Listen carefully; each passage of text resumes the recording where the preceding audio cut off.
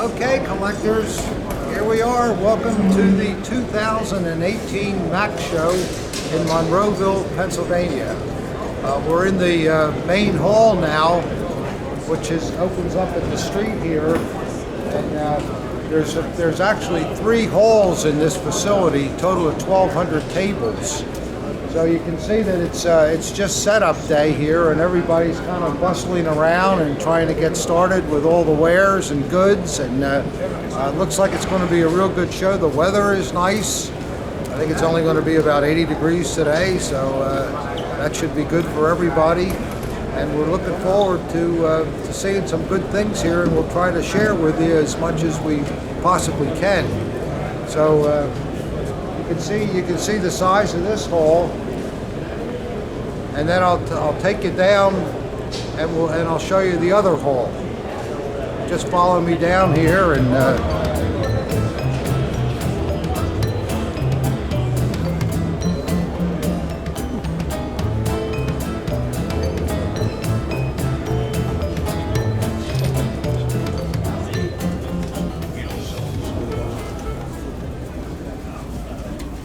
now you can see that the back hall here is huge, and it's not just this room that you're looking at. There's a room that goes off to the left also. So it's a very big show, and if you're going to look at everything, you probably really need 3 days to do it, because there's so many things here, millions and millions of dollars worth of stuff, lots of friendly people, all waiting to greet the collectors when they come in this afternoon.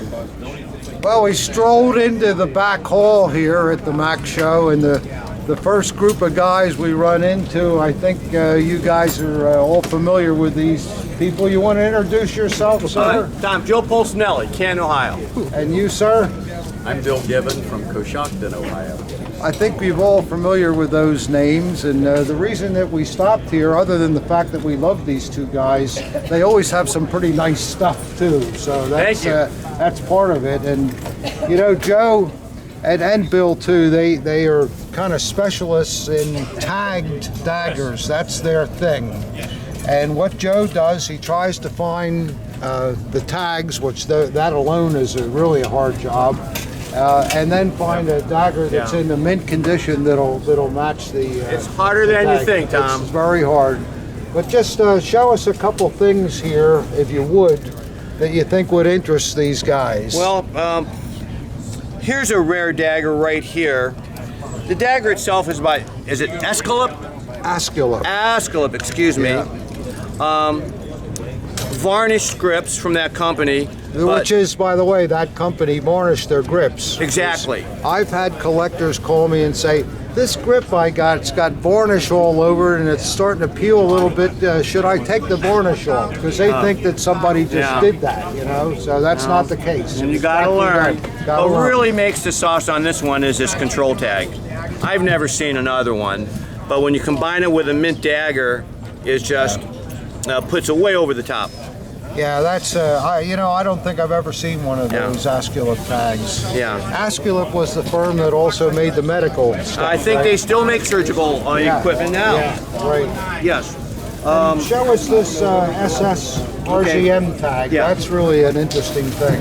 This is an SS dagger by an unknown maker. It's 1196. Right, you see them all the time. You see in the book. You see it but all what the I time. found out, since I talked to you last year, learning a little bit more about SS daggers, this maker was the only one that in the era on that E, capital E, he has a little flip, little pig curl there. Joe's talking about the motto on the blade here. The font that was used to make the capital E is different from others. So you do see 1196 repros once in a while, so you want to look for that E, and that'll tell you a lot. Again, an RGM dagger, unique motto, but again, to throw it over the top, we have a special tag, Schutzstaffel, their NSDAP. Wow. RGM. Wow. Both See sides. that, collectors? Isn't that something? Yeah. Yeah. Yeah, that'll take a $3,000 dagger and just throw it over the top. And Well, it might throw it over your top. well, Tom, I'd like to say before I even set these up, sold, sold, sold, sold, sold, sold, sold, sold. That sounds like a song, doesn't it? Could you put that into music for us, Bill? Hey, wait, he can do that. I can work it out, Tom. Yeah. So what are you doing, Bill? Well, I'm enjoying the show, as always. It's wonderful. And Yeah. get to see friends that, from last year and years gone by. It's always fun to get together. I understand you guys have a little shindig every night in the room, and We do. and you do a little guitar playing and a little bit of singing, I think. We croak a few songs out, and I think tonight there'll be entertainment again in our room, so it's always fun. Sounds like a winner. Well, I think the room is 11-11. Bleep that out. Yeah, bleep that one out. that's all right. And we can see here too, Joe's got some more Hitler Youth knives. Some of them have tags, but the ones that don't, they're still mint. And yes. are they all sold? Not too, Joe? yet. Not yet. You're Available, working on available. that. And in the next showcase, well, what is that one, Joe? Just real quick. It's a Puma, early Puma, but if you look, Tom, on the back hilt, See, this is really rare. It's really rare to see a the named kid's piece name like that. and his, I would imagine, party number. Probably, yeah. Probably. Yeah. What a beautiful youth knife. Tom, that's history. I see collectors on a knife like this where you see no ricasso at all.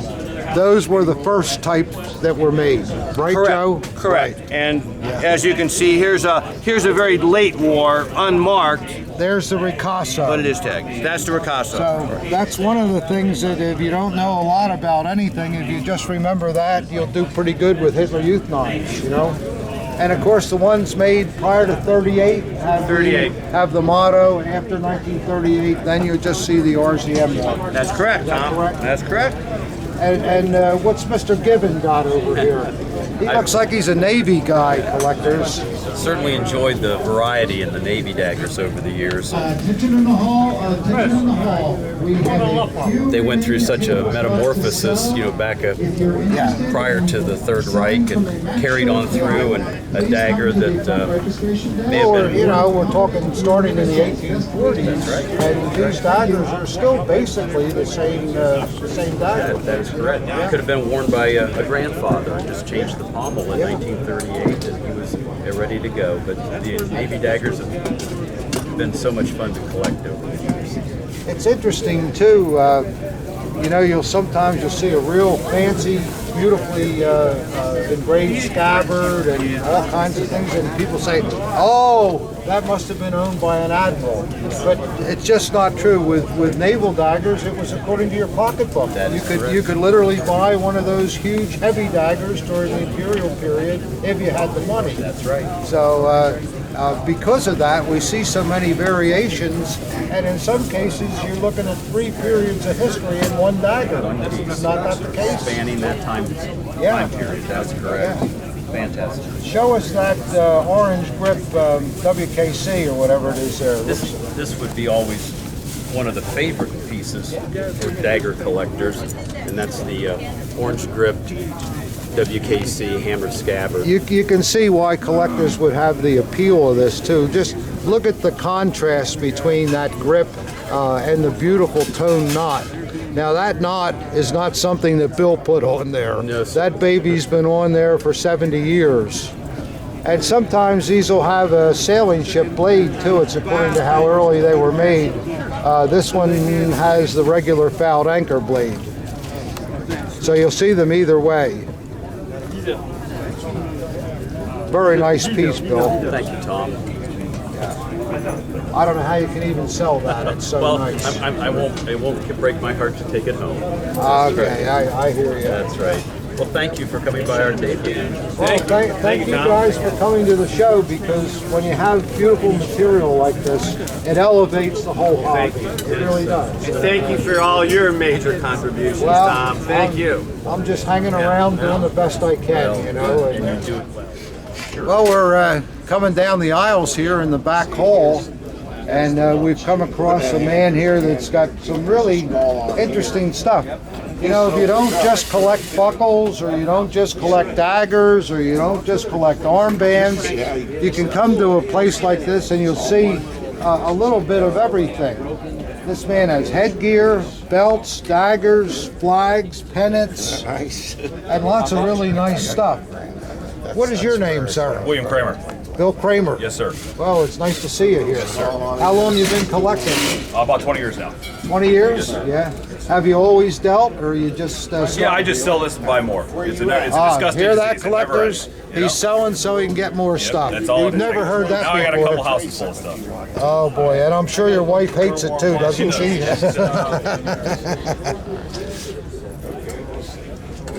Yeah, you can see. I mean, he's even got some Luftwaffe medals there. Just lots of interesting things. Some SS Cup titles. Is that Reichsfuhrer SS title any good? Is it? Any good? Yeah. Yes, sir. The Reichsführung. I thought it was. Just checking. Yeah. That's a nice Navy pennant too. You don't see that much. Early chain stitched. Nice looking. Yeah. Well, thanks a lot. Huh? Yes, sir.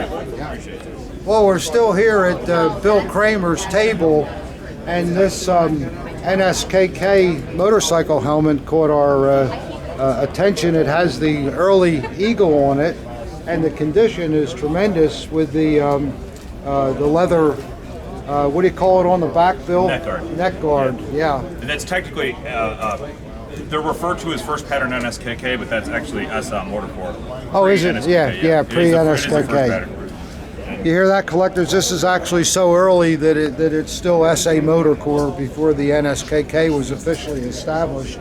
And it's got the size in on the liner, and also the unit that the man was with, M135. Yeah, that would be Motor Corps. Yeah, Motor Corps. You're absolutely right.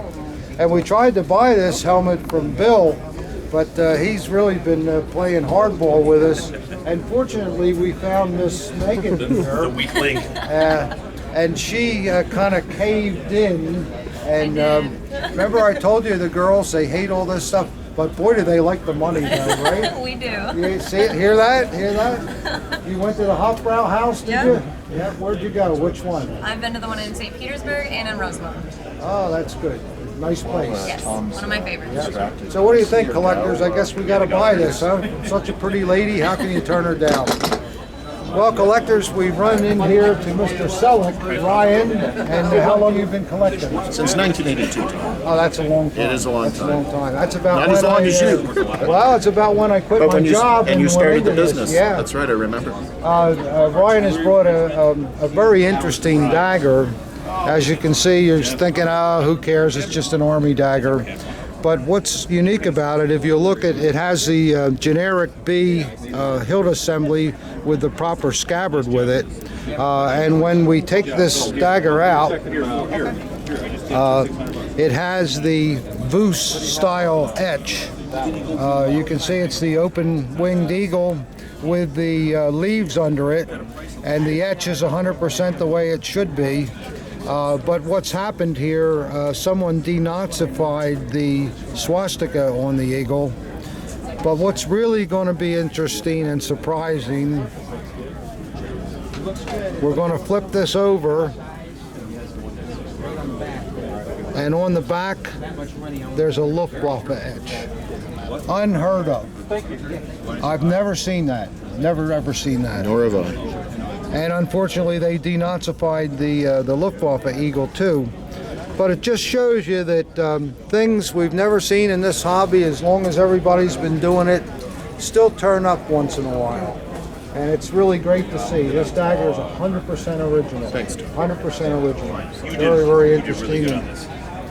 Appreciate you showing it. Thank you, I appreciate you looking, Tom. What should I price it? 300, right? Thank you, thanks a lot, Tom. Thank you. Yeah, I'm going to price it. Well, as we always do, collectors, we like to do a little self-promotion, and we'll just give you a glance at some of the things that we brought to the show. One of the highlights here,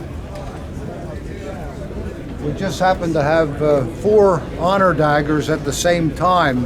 It's the first time in my long career I can ever remember having that, so we thought, well, we may as well put them all out here for everybody to see.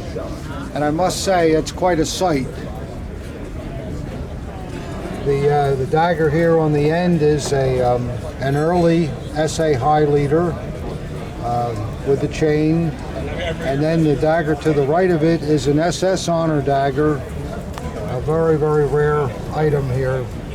It's only the second one I've ever had, so it's a pretty rare thing. And then moving down further is another early SA high leader. And then to the right of it is a late SA high leader. And just so if you ever wondering how you can make a quick, how do you know the difference between early and late? If you look at the center ramp on the scabbard, on the late one, you'll see that it's retained by a screw on the left, and the leather runs up to that fitting in the center. And on the earlier ones, the fitting in the center is actually a fold over that's held by two rivets on the right, and the leather runs underneath of that scabbard ramp. We think that they probably used early honor daggers to convert into chained high leaders. Pretty cool stuff, huh? We got another really nice item here that comes directly from the son of the veteran, and you collectors will recognize this as a Knight's Cross document. It was awarded to Carl Coates, and at the time he was a Hauptmann, a major, but he did go on to become a general and also won the Oak Leaves. And what's so great about this piece, this is the original container that the piece was issued in, and the vet wrote his name and address on the box and sent it home that way. And also Coates, the name is written on here by the Germans, and they did that so that they could easily find the document involved for this particular person. And you have the facsimile Hitler signature, and it was awarded on the 2nd of October 1941. And what I did when the family sent me the document, I had them make a testimonial letter as to what their father did in the Army. It says he was in the service from July 42 to January 46, and he was a clerk in the some kind of an intelligence division. So it's always good to have a document like this. And then to back it up, we also have the discharge record of the veteran. His name was Thomas Courtney.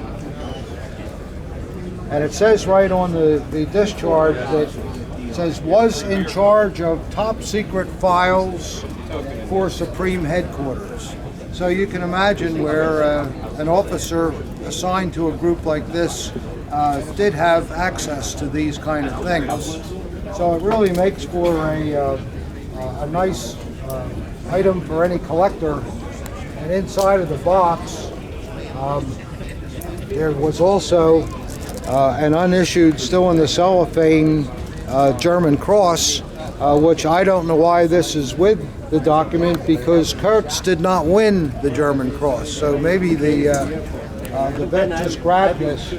But the box also has the original tissue paper, and it has these pieces of felt, and these were put into the folder itself to keep the vellum from sticking together. And it's very rare to find these two original felt pieces also with a document. So you really have something that's just completely complete here to the nth degree, and it's a great item. All right, well, we've kind of come up to the high-end sector here in the show, and I know everybody likes to see what the top guys are promoting, so we can just kind of have a look at the Knight's Cross, War Merit Cross section, oak leaves, swords. And when you buy from guys like this is Jason Burmeister's things, you can always be assured that you're going to get something that's real and a good investment. It won't be cheap, but at least you have that assurance. And we'll just walk down, and you can look at some of the things. He's got some nice hunting daggers. These short deluxe forestries are very difficult to find, and always a desirable dagger. And this is rare as hen's teeth. Oh no, there is a crack in the grip. Almost every time you see one of these shooting cutlasses, the grips were a wood base covered with celluloid, and then when the wood shrunk, it was kind of like an eggshell. So it's very rare to find one that never has been cracked. An assortment of bayonets. There's one that's still in the wrapper with an acorn tag. And lots of super crisp RZM SAs. Hey Jason. Hey Jason. And we have some nice How much for the couple of honor daggers here. There's a regular honor dagger and then the chain high leader. This is a late one, but in very, very nice condition. And a Marine NSKK. This one's got the copper fittings. You don't see that as often as the gilded ones. A few SS daggers. Nice condition. A couple with presentations on the reverse.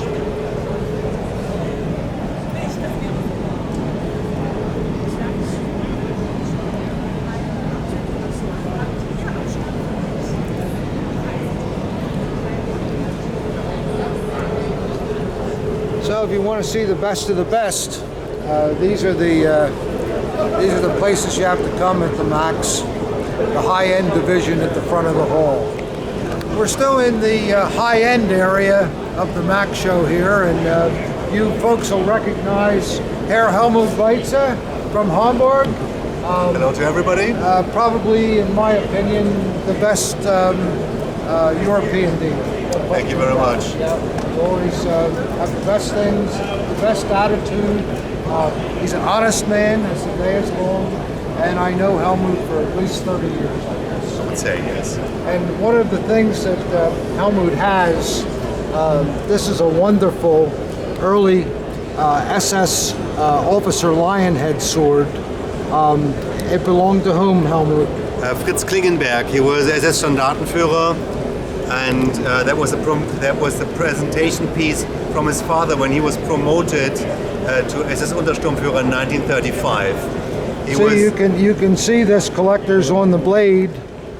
Meinen Sohn, my son, Fritz Klingenberg, given to him as he was an Untersturmführer on Hitler's birthday in 1935. And see the Damas pattern, really a beautiful blade. And on the opposite side, the SS motto, Meine Ehre heißt Treue. Tell us a little bit about his career, Helmut. Yeah, Fritz Klingenberg was a very interesting man. He was an SS soldier of the very first hour. He started his career in 1934 with a Leibstandarte. Then he went to the SS school in Bad Tölz. He was the first course, and he was one of the very first who made his Untersturmführer promotion. Yeah. Later on he was a Kraftschützen-Commander, Division Das Reich and der Führer. In 1941, What a career, guys. Yes. In 1941, very interesting, he conquered with 11 men only the capital of Yugoslavia called Belgrade, and he conquered it with 11 soldiers only, and therefore he received the Ice Cross in 1941. That must have been the biggest bluff of the war. One of the biggest, yes, but you're very brave. Going into the city, so you're all under arrest. You're all under arrest, yeah. Was over. This is Fritz here. He was a very handsome man too. Very good looking man, yes. I'll bet he did quite well with the ladies. Of that we don't know, but I wouldn't be astounded, to be honest. So what happened then? He had this fabulous career, great looks, high-ranking SS officer. Yeah. The war's almost over. Yeah, he ended up, in the meantime, he became the commander of the SS school in Tölz. Interesting, and then later on, he became the command of the SS division, I believe. Yeah? 1 second. before I say something Okay, wrong. we have a hold here. We don't want to get anything that's Yes, he misinformation. was divisional commander of the Götz von Berlichingen, and he died in March 1945 after an artillery duel with the American forces. Kind of too big. You almost made it. One thing also interesting, this pattern of the lion head was only for the SS. In the Alcoso catalog you will find this very pattern here with this unique nipple that was only designed for the SS, so that does not exist for the Wehrmacht. I have seen this. I have an Alcoso catalog from that period, and the same sort is in there. You're right. You have mentioned it in your reference book about the You're SS. right. 100%, yeah. Well, this is something that I know you won't, but you should keep this for yourself. But you won't. No, I won't. I can't. It's collectors. This is a kind of a once in a lifetime sword, really. I mean, it's got everything. Just everything. Thank you for coming. As always, My it's a pleasure. pleasure to see you. And keep up the good work. Thank you very much. We'll try hard. Well, we're still scouring around here at the show, and came across Dr. John Merling, and many of you seasoned collectors will know that John is an expert on NPEA daggers. And John, you just acquired this dagger at the show, right? Good hunting. And you can see it's got the original frog on it, which that in itself is a great thing.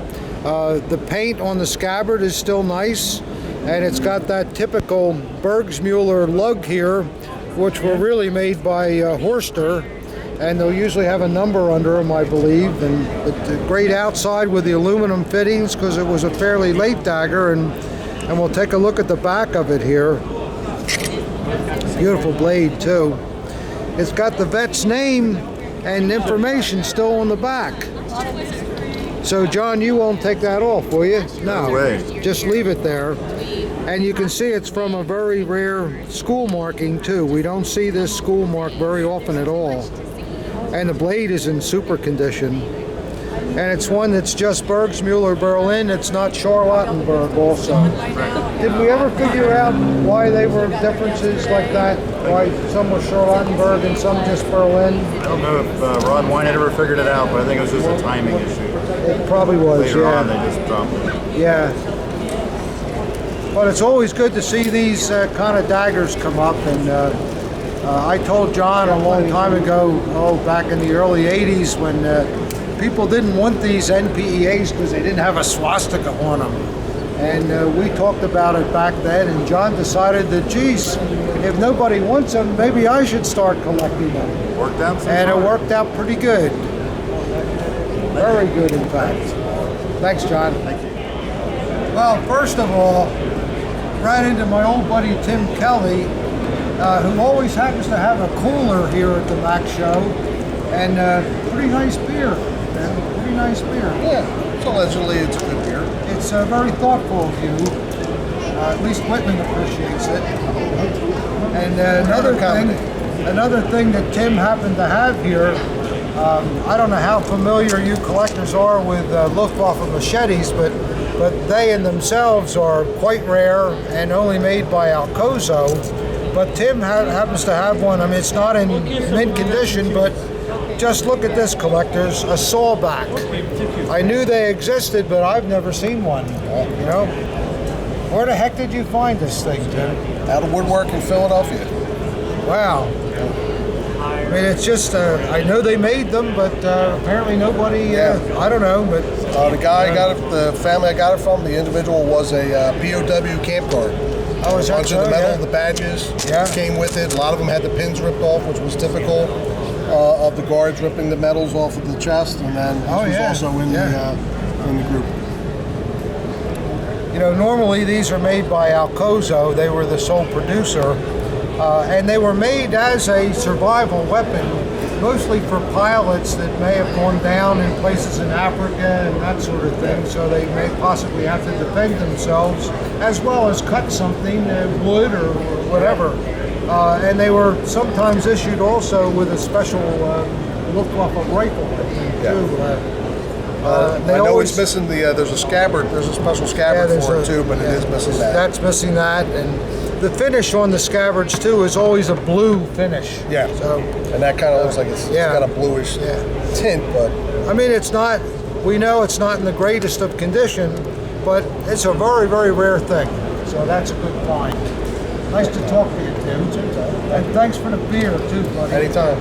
Wow, we're still strolling in the high-end section here of the Mac Show, and you guys probably know this man, Don Boyle. How you doing, Don? Good. You know Don is the guru on SS rings. I think that you can't sell an SS ring unless Don says it's right. And there was a few at the show today. I looked at 4 of them today alone, yes. Were they all good? 3 of them were good, 1 was bad. Well, that's not a bad But the bad one was made by a guy up in Canada. His name is Russ Heindel, and he makes an excellent copy with the seams, so it's really hard to tell. Well, I'm glad you're onto it. How about tell us about this AH photo here? I'm really fascinated with this. This is really an early picture, isn't it? That photo is taken of Hitler while he was in prison. Wow. And it's dated 1925. Yeah. And it's actually a dedication that he used quite a bit to a female fighter. A female fighter? What do you mean? For the Nazi Party. Oh, female I see, but it's like a co-combatant or co-fighter. And that dedication, actually, if you go into Charles Hamilton's book, Volume 1, you'll see the exact dedication that appeared in the Mein Kampf that is in the book. Oh, so then that kind of ties it into that early period. And with the same time period, it's a 1925 date.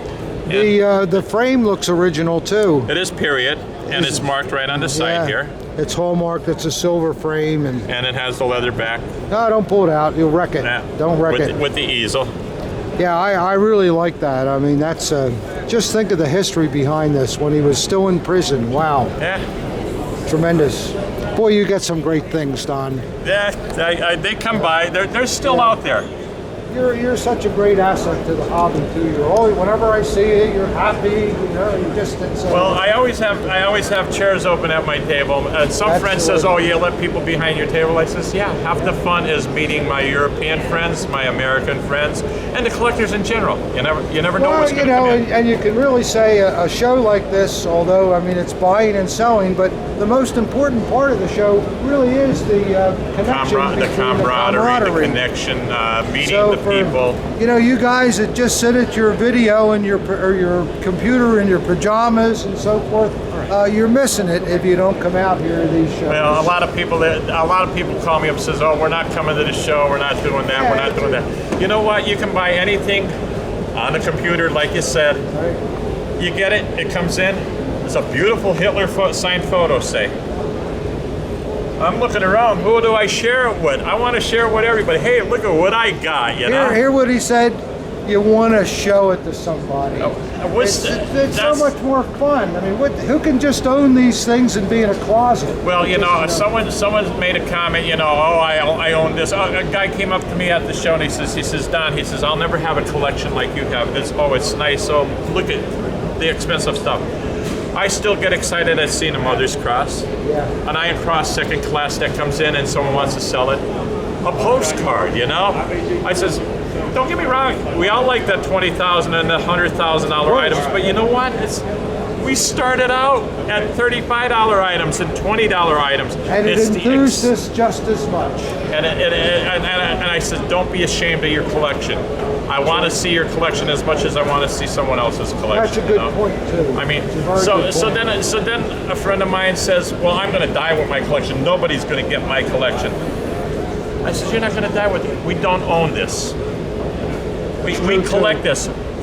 We're preservers of history. We preserve history for future generations. You know what? Because when we die, either our children are going to get it, it's going to go up for auction, someone else is going to get it. So as long as we preserve it, it'll be there for the future generations. And I'm a preservationist. Excellent point. Excellent point. Yeah, and we all are. You are. Everybody in here. You know, if we didn't preserve it, we wouldn't have it. That's half the fun of it is collecting it. And let's face it too, with the controversy of the Third Reich period and all, if it's history that you don't like, okay, that's one thing, but it's still history, and it happened, and it certainly has to be preserved. It definitely Very, has to very be important. preserved. Very We know the atrocities that happened during World War II, but you know what? The atrocities happened during the Civil War in our own time, you know, and in the Revolutionary you think War. Napoleon never killed anybody? Exactly, you know. You know, it's just that enough time goes by, and then it's just history. I'll be honest with you, you know, since I've been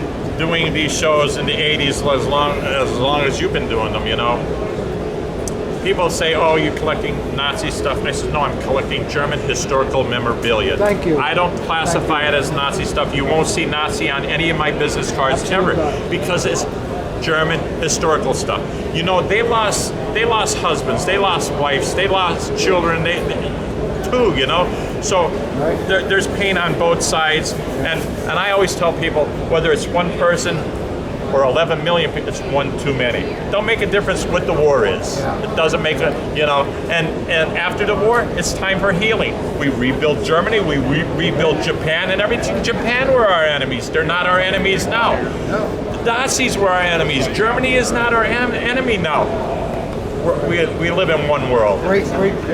You know? Thanks, Don. You're welcome. Your philosophy is right on the money, and I agree with you 100%. And I agree with you. It's always a pleasure seeing you. Keep doing what you do for the hobby. I love coming to this show. Thank you. Take care. Well, here we are. We've come into the very back hall of the show, and there's a lot of things here. It's maybe not as high end back here as in the front hall, but there's interesting things for many collectors, and we'll just show you. This one stand here has a lot of good things. Man, he's got helmets, police Shako, and some daggers, sports shirt insignia, number of sold books, The original American order. and just you can see there's just kind of something for everyone here. Stick pins and good medals. He's got a lot of nice helmets here. You know the story. And here's a very nice Luftwaffe sword. Okay, yeah. And that's really $10 a piece. Price pretty reasonable. Another one here for $20 more. So it's pretty good when you can buy one of these for about $1,000. That's not so bad these days. Well, collectors, as you can see, we're back here at my old friend Walter Kanzler's display. And Walter, I know you've had some problems with your knee, and you got that fixed now. And we hope 3 months. you'll be back 3 to- months stuck in the house with 3 different operations that's and terrible. rehabilitation and Well, a lot of pain. You'll be all right. Yep. That's good. Yep. Tell us about this extra painting we have here. Well, Pure. This is one of the famous Willie Exner paintings. Every party office or official office had one of these, or the one of the full uniform one. Officially had to be on the wall in the office. This is one of them. This one came out of the Nuremberg area. And these are prints of They're the photolithographic. Done on a medium, and they're just beautiful. They look so much like a real painting and all. But this is an actual official one. I know I brought it home from Germany, so. What are these valued at? I got $850 on this one, which I think is reasonable. It sounds I've heard great. them sell for a hell of a lot more. Yeah, it's great. Is the frame original, you think, or This is this is just the way I got it from it's in all- Germany. Brought it home under my arm. Yeah. But the only way to get them home is without getting broken. Yeah. Same thing with this. See such a beautiful U-boat painting. Yeah. But wow, look at all that. There's the history. Holy mackerel! See this, collectors? This is you're buying this something. hung in the German bank for I don't know how many years. And these are the officers that were on it, and one of them I think was the painter. Wow. But this has got the history. It's never been opened. It's just been cracked. And an article on the from the newspaper, right? Yeah. Right. That's great. Yeah. That's a real historic one. And a really cool. Yeah, it is a cool look. Looks like kind of a rough sea there. Yeah, I wouldn't want to be on that baby again. Yeah. How about this this helmet here? This helmet looks odd to me. What kind of a thing is this? This is a Austrian style aluminum parade helmet. Oh, I can see it's spun aluminum. Yeah. That's the original color. Double decal. A small size, 54. Yeah. But this is the type you see when they did all the big parades before the war and all. Right. The high-ranking officers, this is what they wore. Which I don't blame because who wanted to have that big steel pot on your It's head. a lot more lightweight to wear. But it's in the Austrian style, is Yeah. what they call it. Was that like a 1916 vintage kind of thing? 18. Yeah, 1918 style. Yeah. I knew that. On my bed, right there. Well, all right. So you've got a nice lion head here. Yeah, that's a silver engraved blade. Neat one. Yeah, that's a nice piece. That I picked up here. Oh, good. Yeah. See, collectors, you don't see many silver swords, and they're very sought after. If you have a sword collection, you got to have a silver one. That's a particularly nice one. Yeah, nice quality. And And a this, really, really weird, odd police bayonet with steel scabbard. Yeah, that is odd. Yeah.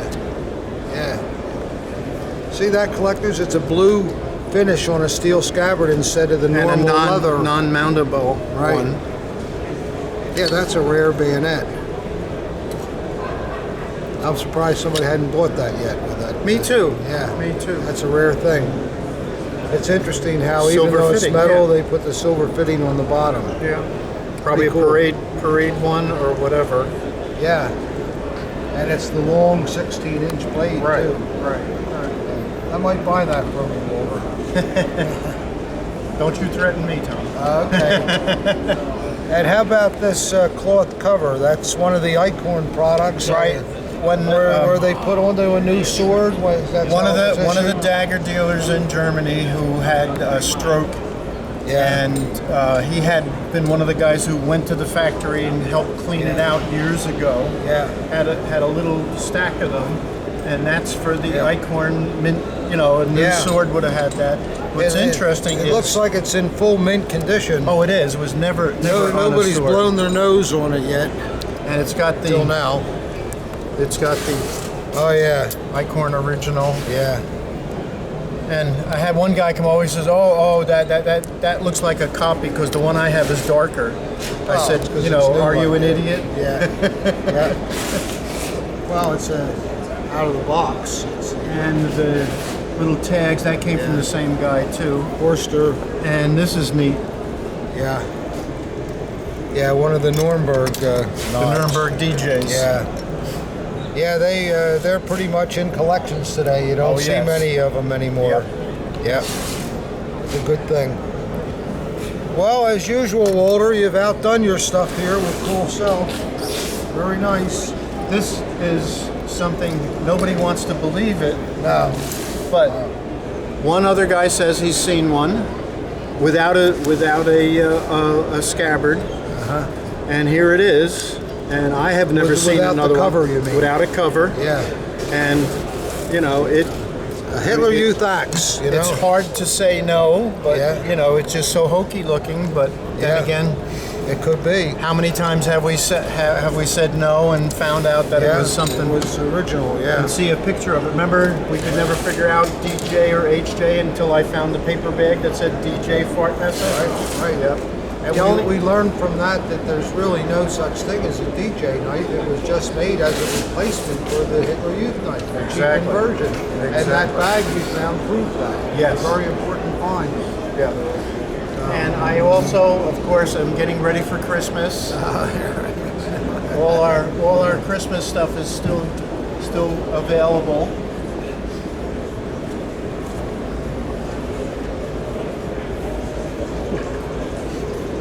And this was neat too. I don't know if I had this before, but it's SS. Oh. There's a nice little a little beer mug. And it's to the retiring Scharführer of the Officer Corps, 1st SS Deutschland. Oh, that's nice. And reasonable. And the only other thing I have is from the officers' mess, Luftwaffe coffee pot. Yeah.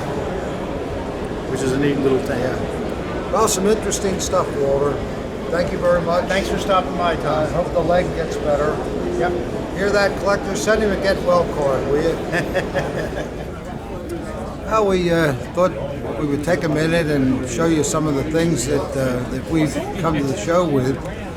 We have 15 tables, so we brought a lot of material. I don't think we're going to sell it all, but maybe we'll sell some of it. We'll take you through the tables and you can see what we got here.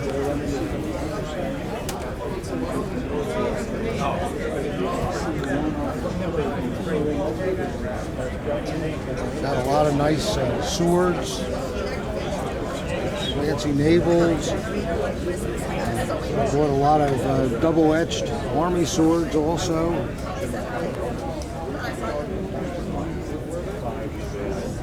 Got some SS swords, and this is a rare bugger, a triple-etched Prince Eugen sword, and the gild is still very good on it. I bought this sword from a family.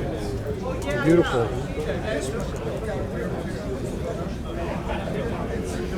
This is a very rare sword too. It's a Feldjäger sword with the SA motto on it. Most of the Feldjäger were taken from SA guys, and it only lasted a couple of years. And then in 1936, Himmler reorganized the police, and that was the end of the Feldjäger Corps after that. So these swords were only worn by the officers, and there's a document that exists signed by Ernst Röhm ordering these. So quite a sword here.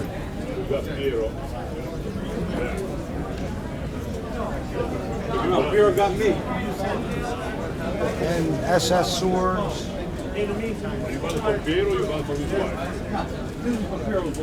And a great German train eagle that was mounted by the veteran. That's a frame that was made from when it came back from the war, and it looks like the veteran had a little fire in his house. Half of the frame is singed.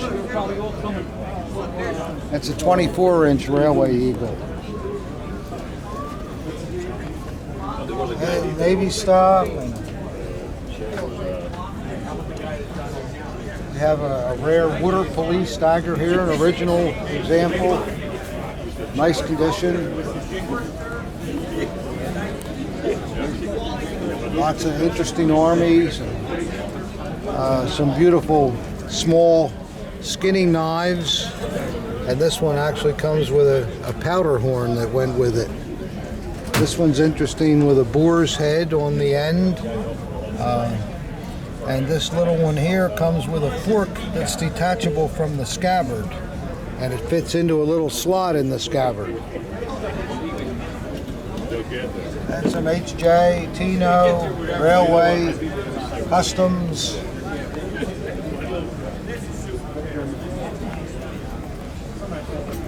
A lot of Damascus and very rare naval pieces. And then I think we showed you these high leaders earlier in the video.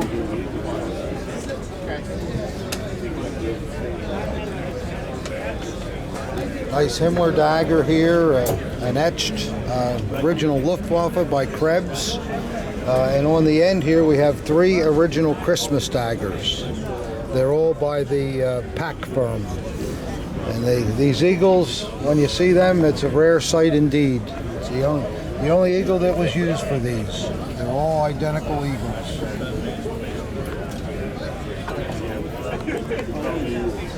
And in case you're a cigar smoker like me, you might like to have Hitler's cigar box that came out of the Berghof.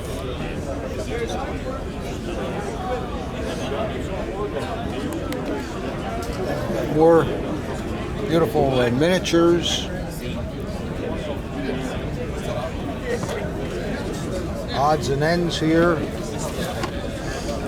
A special honorary key from the Artillery Regiment Barracks, 69 Artillery Regiment. A nice AH frame picture along with the showcase. And a few uniforms to keep it interesting.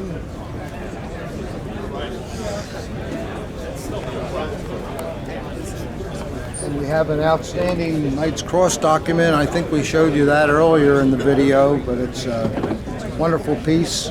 It's in the original box and letters coming from the family where I got it from. Ready? Hey, we're here at the Max. We're wrapping up the last day. It's Saturday now, and we've run in here to a Stasi officer. What is your name, sir? My name is Jared. And do you collect uniforms? I have this one, and I have some hats. I have some other hats that I collect, yeah. How did you happen to find one that would fit you? I mean, it looks like it was made for you. The boots came first, and then the guy that had the boots also had a tunic. So I got that, and then I started pricing it, and I only needed a couple more things, and I've been adding to it, you know, the shows and stuff like this one. Yeah. Do you have other tunics too, or? I have a different one of these. It's a little bigger, but it's not as nice of a shape. That's good. If you put on a little more weight, then you'll have something that fits. That's yeah. You know how that can happen. Yes. Oh, yeah, it can. Oh, yeah.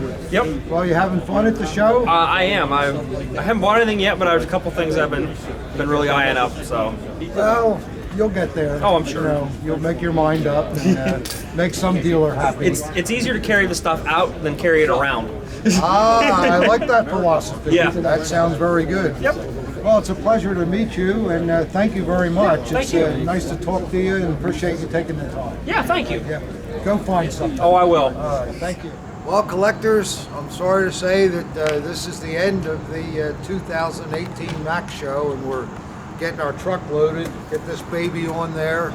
For some reason it didn't sell, I don't know, but you can't sell everything, but we had a great show, and I hope you all enjoy the video that we made this time. We tried to talk to as many people as possible and still work our tables, so enjoy it, and we'll see you at the next show.